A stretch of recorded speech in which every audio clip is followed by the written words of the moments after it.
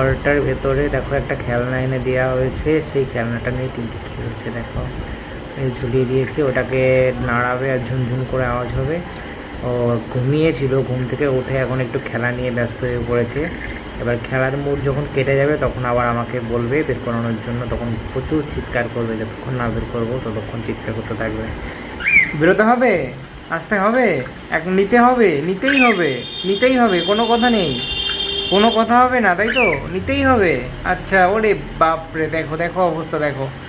এতক্ষণ ঘুমাচ্ছিল, তারপরে উঠে একটু খেললো, খেলার পরে এখন খেলার মুড কেটে গেছে। এই যে এখন দেখো নেওয়া বের করানোর জন্য কি করছে, এখন নিতেই হবে। আসো, এই যে চলে আসো, আসো আসো আসো আসো আসো আসো। ওরে বাপরে, দেখো দেখো অবস্থা, দেখো দেখো দেখো, সবাই দেখো কি হচ্ছে। মা, এটা কি হচ্ছে? এত বদমাইশি কেন? আমি দুপুরবেলা খেয়ে একটু শুতে পারলাম না, হ্যাঁ? তুমি তার মধ্যে এই দুষ্টুমি শুরু করে দিয়েছো, বলো দেখি।